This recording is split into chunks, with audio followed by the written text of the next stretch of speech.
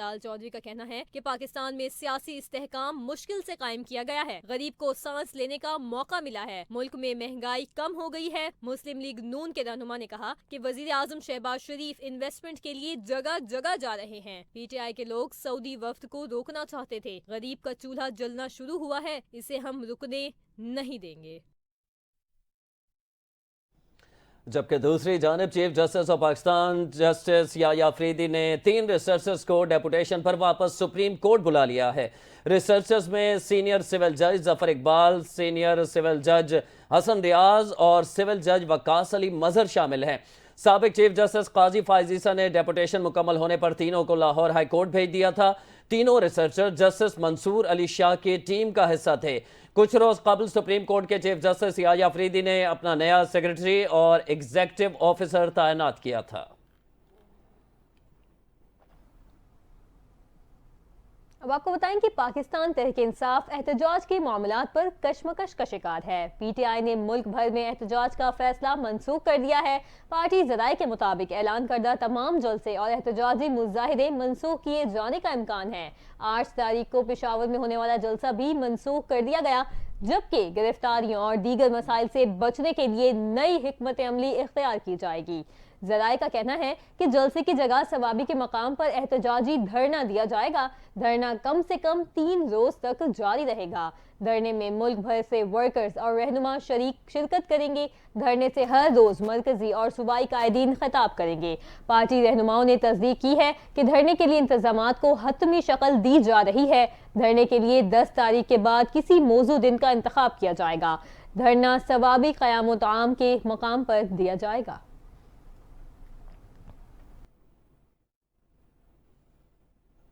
دوسری جانب وزیر اطلاعات عظمہ بخاری نے کہا ہے کہ بزدلانہ کارروائیوں کے سختی سے مذمت کرتے ہوں۔ دہشت گردوں کا ایجنڈا ملک کے حالات خراب کرنا ہے۔ جو دہشت گرد جیلوں میں تھے انہیں عزت سے لا کر واپس بسایا گیا۔ مزید تفصیلات اس رپورٹ میں جانیے۔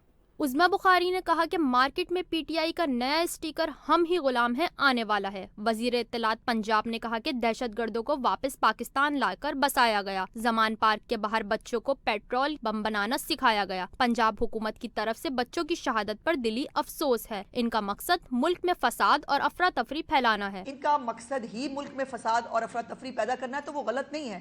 اب جن لوگوں نے قانون توڑا، جو سرکاری ملازمین جو ہے وہ جلسے جلوسوں کے اندر شامل تھے، باقاعدہ ورکروں کی طرح وہاں پہ ڈیوٹی دے رہے تھے، وہ کل جو ہے وہ عدالت نے رہا کر دیے، اور وہ رہا ہو کے آئے ہیں، ان کو ایسا استقبال ہوا جیسے تحریک آزادی کے کارکنان ہیں وہ۔ عظمہ بخاری نے کہا کہ بزدلانہ کارروائیوں کی سختی سے مذمت کرتی ہوں۔ دہشت گردوں کا ایجنڈا ملک کے حالات خراب کرنا ہے۔ جو دہشت گرد جیلوں میں تھے انہیں عزت سے واپس لا کر بسایا گیا۔ بیرسٹر سیف نے کل بتا دیا کہ ڈیل کا نام مفاہمت ہے۔ پی ٹی آئی کی خواتین کسی ڈیل کے ذریعے باہر آئیں۔ اب ان کی پوری توجہ ڈونلڈ ٹرمپ پر ہے۔ نہیں سمجھتی کہ عدالتوں کو ڈیل کے ذریعے مینج ہونا چاہیے۔ بیرسٹر سیف نے وزیر اعلیٰ کو خوش کرتے کرتے انہیں بھی لپیٹ دیا۔ آپ کو بتائیں کہ وزیر اعظم شہباز شریف نے خطے میں امن کے فروغ کے لیے ریاست قطر کی سفارتی کوششوں اور انسانی بنیادوں پر اقدامات کی تعریف کی۔ خاص طور پر مسئلہ فلسطین کے حوالے سے ثالث کے طور پر ریاست قطر کے کردار اور خطے میں سلامتی اور استحکام کے قیام کے لیے کوششوں کی حمایت کے عزم کا اظہار کیا۔ مزید تفصیلات اس رپورٹ میں۔ وزیر اعظم شہباز شریف کے دورہ قطر کا مشترکہ اعلامیہ جاری کر دیا گیا۔ وزیر اعظم کے دورہ قطر پر جاری مشترکہ اعلامیے کے مطابق ملاقات میں دونوں برادر ممالک کے درمیان 2 طرفہ تعلقات کو مضبوط بنانے پر توجہ مرکوز کی گئی، جس میں سرمایہ کاری اور تجارت پر خصوصی زور دیا گیا اور دیگر شعبوں میں تعاون پر بات چیت کی گئی۔ دونوں فریقین نے گزشتہ سرمایہ کاری کے وعدوں کے تناظر میں پاکستان میں متعدد شعبوں میں اہم مواقع پر تبادلہ خیال کیا۔ باہمی دلچسپی کی اہم علاقائی اور عالمی پیش رفت پر بھی تبادلہ خیال کیا گیا۔ قطر کے امیر شیخ تمیم بن حمد الثانی نے دونوں ممالک کے درمیان برادرانہ تعلقات کی اہمیت اور اقتصادی شراکت داری کو بڑھانے، تجارتی تبادلے میں اضافے اور سرمایہ کاری کو فروغ دینے کی دونوں فریقین کی خواہش پر زور دیا۔ اعلامیہ کے مطابق دونوں فریقین نے علاقائی اور عالمی مسائل پر تبادلہ خیال کیا، موجودہ چیلنجوں سے نمٹنے کے لیے پرامن حل اور تعاون پر مبنی کوششوں کی اہمیت پر زور دیا۔ وزیر اعظم شہباز شریف نے خطے میں امن کے فروغ کے لیے ریاست قطر کی سفارتی کوششوں اور انسانی بنیادوں پر اقدامات کی تعریف کی، خاص طور پر مسئلہ فلسطین کے حوالے سے ثالث کے طور پر ریاست قطر کے کردار اور خطے میں سلامتی اور استحکام کے قیام کے لیے کوششوں کی حمایت کے عزم کا اظہار کیا۔ اعلامیہ کے مطابق دونوں فریقین نے باہمی افہام و تفہیم کو بڑھانے، تعاون کو گہرا کرنے اور نئے افق کو تلاش کرنے کے لیے اعلیٰ سطح کے دوروں کے مسلسل تبادلے کی اہمیت پر اتفاق کیا۔ خبروں کا سلسلہ آگے بڑھاتے ہوئے آپ کو بتائیں کہ خیبر پختونخوا کے وزیر اعلیٰ کے مشیر برائے اطلاعات بیرسٹر سیف نے پاکستان تحریک انصاف کے اسٹیبلشمنٹ سے رابطوں کی تصدیق کر دی۔ بیرسٹر سیف کا کہنا تھا کہ جو لوگ جمہوریت کو دوبارہ اپنی راہ پر لا سکتے ہیں، پی ٹی آئی ان سے رابطے میں ہے۔ انہوں نے کہا کہ ہماری کوشش ہے کہ اسٹیبلشمنٹ سمیت تمام فریقین سے پی ٹی آئی کی انڈرسٹینڈنگ ہو تاکہ بانی پی ٹی آئی اور دیگر رہنما رہا ہو سکیں، مگر پی ٹی آئی کا ہدف ڈیل نہیں ہے۔ ان کا مزید کہنا تھا کہ کیسز بنانے والوں کو اب خود سمجھ آ گیا ہے کہ اسی لیے بشرا بی بی کی رہائی کے بعد مزید کیسز نہیں بنائے گئے۔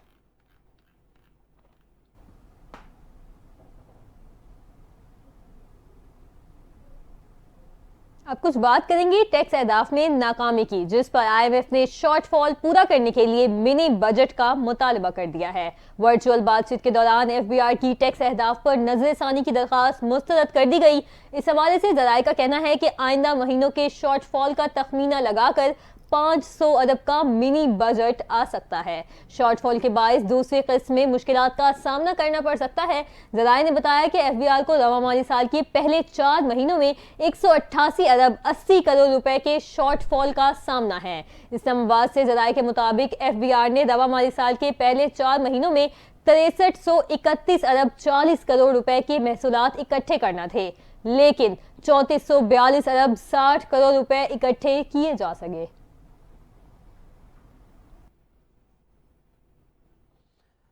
ادھر حکومت کی جانب سے پیٹرولیم مصنوعات کی قیمتوں میں حالیہ اضافے کو لاہور ہائی کورٹ میں چیلنج کر دیا گیا ہے۔ ذرائع کے مطابق پیٹرولیم مصنوعات کی قیمتوں میں حالیہ اضافے کے خلاف جوڈیشل ایکٹیویزم پینل نے متفرق درخواست ہائی کورٹ میں دائر کر دی۔ درخواست کے متن کے مطابق حکومت نے پیٹرول کی ₹1.35 اضافہ جبکہ ڈیزل کی قیمتوں میں ₹3.84 اضافہ کر دیا ہے۔ حکومت کی جانب سے پیٹرولیم مصنوعات میں اضافے کا نوٹیفیکیشن غیر قانونی ہے۔ درخواست میں لاہور ہائی کورٹ سے استدعا کی گئی ہے کہ پیٹرولیم مصنوعات کی قیمتوں میں حالیہ اضافے کو کالعدم قرار دیا جائے۔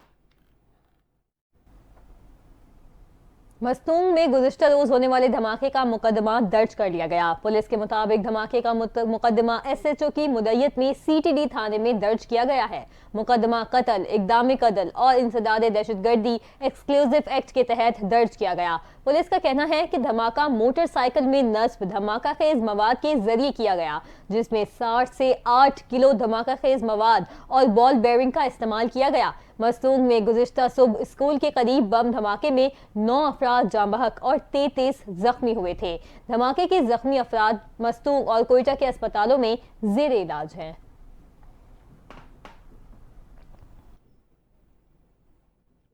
جیکب آباد کی تحصیل ٹھل میں کند کوٹ روڈ پر خطرناک حادثہ، گریڈ اسٹیشن کے قریب مسافر کوچ الٹنے سے خاتون بچے سمیت 5 افراد جاں بحق ہو گئے۔ جیکب آباد پولیس کے مطابق حادثے میں 5 افراد جاں بحق جبکہ 15 سے زائد افراد زخمی ہوئے ہیں۔ پولیس نے لاشوں اور زخمیوں کو اسپتال منتقل کر دیا ہے۔ پولیس کے مطابق مسافر کوچ کوئٹہ سے سعدکاباد جا رہی تھی کہ تیز رفتاری کے باعث الٹ کر کھائی میں جا گری۔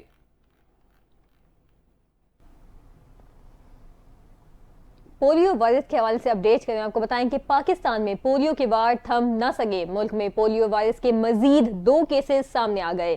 نئے کیسز کے بعد ملک میں پولیو کیسز کی کل تعداد 45 ہو گئی۔ نیشنل ای او سی کے مطابق لکی مروت میں 1 بچی اور ڈی آئی خان میں 1 بچے میں پولیو وائرس کی تصدیق ہوئی۔ نیشنل ای او سی کے اعداد و شمار کے مطابق رواں سال بلوچستان سے 22، سندھ سے 12 پولیو کیس رپورٹ ہوئے۔ خیبر پختونخوا سے 9 اور پنجاب اور اسلام آباد سے 1 پولیو کیس رپورٹ ہوا ہے۔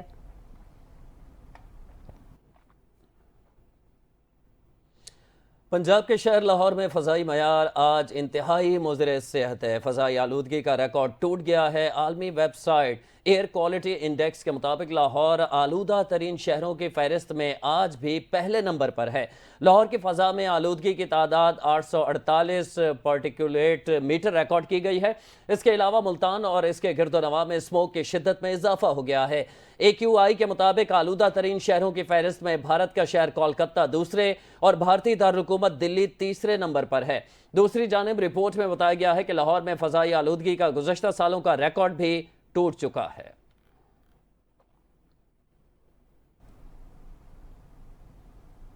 کاروباری دنیا سے خبر شامل کرنا آپ کو بتائیں کہ پاکستان اسٹاک ایکسچینج کی ہفتہ وار اپڈیٹ سامنے آ گئی۔ پاکستان اسٹاک ایکسچینج میں کاروباری ہفتے میں مثبت رجحان رہا۔ 100 انڈیکس ہفتے بھر میں 865 پوائنٹس کے اضافے کے بعد 90,859 پر بند ہوا۔ کاروباری ہفتے میں انڈیکس 3,019 پوائنٹس کے بینڈ میں رہا۔ 100 انڈیکس کی ہفتہ وار نئی بلند ترین سطح 91,872 جبکہ کم ترین سطح 88,852 رہی۔ بازار میں اس ایک ہفتے میں 2.79 ارب شیئرز کے سودے ہوئے۔ مارکیٹ کیپٹلائزیشن اس ایک ہفتے میں 17 ارب روپے بڑھ کر 11,707 ارب روپے رہی۔ کچھ ذکر کریں گے غزہ کا۔ اسرائیلی دہشت گردی کو آج 393 دن مکمل ہو گئے ہیں۔ عالمی برادری کی خاموشی اور اسرائیلی ہٹ دھرمی سے غزہ ہر گزرتے دن شہداء کی تعداد میں غیر معمولی اضافہ ہو رہا ہے۔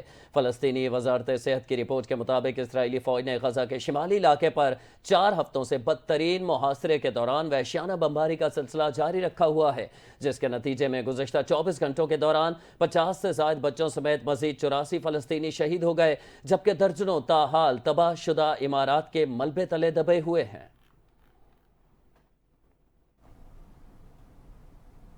ادھر ایران نے اسرائیل کے لیے خطرے کی گھنٹی بجا دی ہے۔ ایران کی جانب سے اپنے نئے جدید ترین فضائی دفاعی میزائل سسٹم زوبین کو تعینات کر دیا گیا۔ رپورٹ کے مطابق مقامی طور پر بنایا گیا زوبین سسٹم 360 ڈگری انٹرسیپشن کی صلاحیت رکھتا ہے، جو اسرائیل کے جدید defence system Iron Dome air defence system کی طرح ہے۔ زوبین ایئر کی جدید ترین مقامی سطح پر تیار کردہ فضائی دفاعی ٹیکنالوجی ہے، جسے ایرانی آئرن ڈوم کا نام دیا گیا۔ یہ جدید missile defence system 360 degree interception کی صلاحیتوں کا حامل ہے، جسے کم اونچائی والے فضائی خطرات کا مقابلہ کرنے کے لیے ڈیزائن کیا گیا ہے۔ میڈیا رپورٹس کے مطابق زوبین کا مقصد مختصر فاصلے تک مار کرنے والے کروز میزائل اور راکٹ، ڈرون، توپوں کے گولے، فوجی ہیلی کاپٹر اور یہاں تک کہ کم پرواز کرنے والے جنگی طیاروں سے حفاظت کرنا ہے۔ میڈیا رپورٹس کے مطابق Zubin air defence missile system حکمت عملی کی نقل و حرکت کو ذہن میں رکھتے ہوئے ڈیزائن کیا گیا ہے اور اسے 6x6 ٹرک چپس پر نصب کیا گیا، جو حقیقی وقت کے خطرات کے دوران تیزی سے جگہ بدلنے کی اجازت دیتا ہے اور وسیع کوریج اور موافقت فراہم کرتا ہے۔ اب کچھ بات کریں گے امریکی صدارتی انتخابات کے حوالے سے۔ 3 روز باقی ہیں۔ ڈونلڈ ٹرمپ اور کیملا ہیرس کی ایک دوسرے پر الزامات کی بارش جاری ہے۔ امریکی صدارتی امیدوار اور سابق صدر ڈونلڈ ٹرمپ نے مشیگن میں عرب امریکن سے خطاب کرتے ہوئے کہا ہے کہ نااہل قیادت نے امریکہ کو تباہ کر دیا ہے۔ صدر منتخب ہوا تو امریکہ میں ترقی کا نیا دور شروع ہوگا۔ وقت آ گیا ہے کہ اسرائیل اور لبنان کے تنازع کو حل کیا جائے۔ ڈونلڈ ٹرمپ نے مزید کہا ہے کہ مشرق وسطیٰ اور امریکہ میں ایسے لوگ ہیں جو اپنا کام نہیں کر رہے۔ کاملا ہیرس نے امریکی نظام کو تباہ کر دیا ہے۔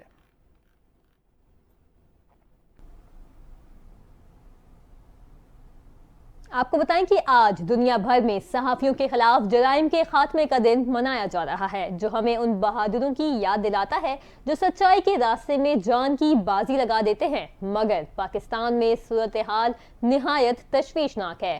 پاکستان میں 2024 کو صحافیوں کے لیے مہلک ترین سال قرار دیا گیا۔ فریڈم نیٹ ورک کی رپورٹ کے مطابق اس سال 6 صحافیوں کو قتل کیا گیا اور 11 پر قاتلانہ حملے ہوئے۔ یہ اعداد و شمار اس بات کی غمازی کرتے ہیں کہ صحافی نہ صرف معاشرے کی آواز ہیں بلکہ اپنی جان کو خطرے میں ڈال کر اپنی ذمہ داریاں نبھا رہے ہیں۔ پاکستان میں صحافیوں کے تحفظ کے لیے قوانین تو بنائے گئے، لیکن ان کا عملی نفاذ سوالیہ نشان ہے۔ 2000 سے 2022 تک 150 صحافیوں کے قتل کے باوجود صرف 2 ملزمان کو سزا ملی، جبکہ نومبر 2023 سے اگست 2024 کے درمیان 57 واقعات رپورٹ ہوئے، جن میں سندھ، پنجاب اور اسلام آباد سرِ فہرست ہیں۔ اقوام متحدہ اس دن کے ذریعے ہمیں یاد دلاتا ہے کہ سچائی کی خاطر قربانی دینے والے صحافیوں کی قدر ہونی چاہیے۔ یہ دن ہمیں ان کی حفاظت کے لیے آواز اٹھانے کی ترغیب دیتا ہے۔ صحافیوں کو غیر محفوظ سمجھنا ہماری اجتماعی ناکامی ہے۔ ہمیں مل کر ایک ایسا محفوظ ماحول بنانا ہوگا جہاں وہ آزادی سے اپنی آواز بلند کر سکیں۔ وقت آ گیا ہے کہ ہم سب مل کر صحافیوں کے حقوق کا دفاع کریں۔ کچھ خبریں شامل کریں گے کھیل کے میدانوں سے۔ پاکستان کے ون ڈے اسکواڈ میں شامل کھلاڑیوں نے میلبورن میں دوسرے روز بھی ٹریننگ سیشن کیا ہے۔ کھلاڑیوں نے ایم سی جی سے ملحقہ پریکٹس ایریا میں بیٹنگ اور بولنگ کی مشقیں کی، جہاں شاہین آفریدی اور حارث رؤوف نے مکمل ردھم کے ساتھ بولنگ کی۔ اس دوران ناصر جمال نے نیٹ پر لمبی بیٹنگ پریکٹس بھی کی۔ Pakistani what ball cricket team نے گزشتہ روز بھی میلبورن میں ٹریننگ سیشن کیا تھا، جہاں کھلاڑیوں نے فزیکل اور فیلڈنگ کے ذریعے نیٹ پر بھرپور پریکٹس کی تھی۔ فاسٹ بالر محمد حسنین کو آسٹریلیا کے خلاف پہلے ون ڈے میچ کی پلینگ 11 میں شامل کیے جانے کا امکان ہے۔ پاکستان اور آسٹریلیا کے درمیان پہلا ون ڈے 4 نومبر کو کھیلا جائے گا۔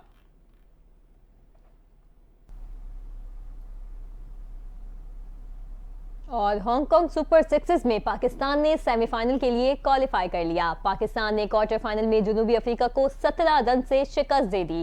قومی ٹیم نے 6 اوورز میں 3 وکٹس پر 105 رنز بنائے تھے اور جنوبی افریقہ کو جیت کے لیے 106 رنز کا ہدف دیا تھا۔ پاکستان کی جانب سے محمد اخلاق نے 16 گیندوں پر 53، حسین طلعت نے 11 گیندوں پر 27 رنز بنائے۔ جواب میں جنوبی افریقی ٹیم نے 4 وکٹ پر 88 رنز بنائے۔ پاکستان کے حسین طلعت نے 2 کھلاڑیوں کو آؤٹ کیا۔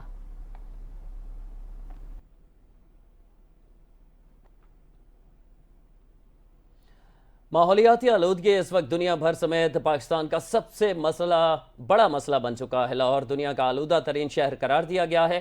وزیر اعلیٰ پنجاب اسموگ کے خاتمے کے لیے بھارتی حکومت سے بات کرنے کو تیار ہیں۔ مزید تفصیلات جانتے ہیں اسلام آباد سے ثاقب راٹھور سے۔ ثاقب، اس حوالے سے آگاہ کیجیے گا۔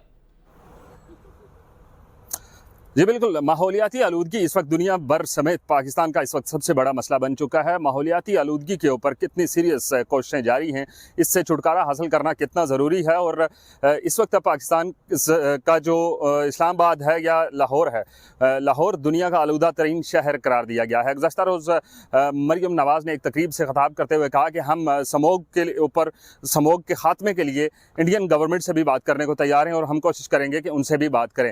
اسلام آباد کی اگر بات کی جائے تو اسلام آباد میں ایئر کوالٹی انڈیکس ہے جو 200 کی جو بالائی حد ہے وہ بھی عبور کر چکا ہے۔ ہم اس وقت موجود ہے پارلیمنٹ کے اندر، پارلیمنٹ کے ممبران سے جانتے ہیں کہ اس کا تدارک کیسے کیا جا سکتا ہے اور اس کا ذمہ دار کون ہے۔ چیف منسٹر کون ہے اس صوبے کا پچھلے 15-20 سال سے؟ بزدار صاحب کو تو 3 سال تھی نا، وزیر نکال دی۔ سی ایم یہاں کسی کی حکومت ہے پچھلے 20-25 سال سے؟ اسی منحوس خاندان کی ہے۔ کو انڈیا سے نہیں، آپ روس سے بھی بات کر لیں، لیکن یہ آپ کے بس کا کام نہیں، کیونکہ جتنی کرپشن آپ کرتے ہیں، جو آپ کے ایمیشن سٹینڈرڈز ہیں وہ اتنے گھٹیا ہیں، جو پیٹرول کا سٹینڈرڈ آپ لوگ رکھتے ہیں وہ صرف آپ کے دوستوں کے لیے ہوتا ہے، تاکہ آپ کے دوست سستا پیٹرول، گندا پیٹرول بیچے تاکہ ماحول میں آلودگی بڑھی۔ انڈیا سے نہیں، آپ یو این سے بات کر لیں، یہ کچھ نہیں کر سکتے، ان میں ہے ہی وہ چیز نہیں۔ دیکھو جی، یہ تو نہ صرف پاکستان بلکہ پوری دنیا کا یہ مسئلہ ہے، اور ماحولیاتی آلودگی کم کرنا یہ حکومت کی بھی ذمہ داری بنتی ہے، عوام کی بھی ذمہ داری بنتی ہے۔ نواز شریف کو، آصف علی زرداری کو، کیونکہ پچھلے 22 سال سے 40 سال سے یہ لوگ ہیں، اگر یہ لوگ اس وقت اپنا کام صحیح کرتے، نہ اس ملک میں آلودگی ہوتی، نہ اس ملک میں کرپشن ہوتی، نہ یہ ملک غریب ہوتا، نہ یہ آج انڈیا کو دیکھ لو کس طرح جا رہا ہے۔ انڈیا اس وقت سب سے زیادہ جو خام تیل ہے وہ ادھر سے رشیا سے لے کر یورپ کو دے رہا ہے۔ یہاں پہ یہ لوگ کیا کر رہے ہیں؟ ساری چیزیں اپنی جیبوں میں ڈال رہے ہیں۔ سب سے پہلی بات تو میں یہ بتاؤں کہ یہ صرف پاکستان کا نہیں، عالمی ایک ایشو ہے، اور اگر ورلڈ کو اگر آپ جا کے دیکھیں کہ پاکستان کون سے نمبر پہ ہے، اور اس کے لیے باقاعدہ ہماری منسٹری، گورنمنٹ، اور خاص کر اس میں کریڈٹ دوں گا کہ اس میں پبلک میں اویئرنیس پیدا کرنے کے لیے جو پہلے کلائمیٹ چینج کی منسٹر جناب شرعی امان صاحبہ رہی ہیں، انہوں نے بڑی حد تک کام کیا ہے۔ ابھی بھی اگر آپ دیکھ لیں کہ پنجاب گورنمنٹ جو ہے اس کے اوپر بہت بے تحاشا کام کر رہی ہے۔ شہروں کے نزدیک عام جگہوں پہ جو بھٹے ہیں یا جو زرعی طور پہ جو ہے جس قسم کی آلودگی پھیلائی جا رہی ہے، اس کی طرف بھی جو ہے وہ توجہ دی جا رہی ہے۔ تو میں سمجھتا ہوں کہ یہ واقعی ایک ایشو ہے جس کی وجہ سے پورے ورلڈ کے اندر موسم جو ہے وہ چینج ہو رہا ہے۔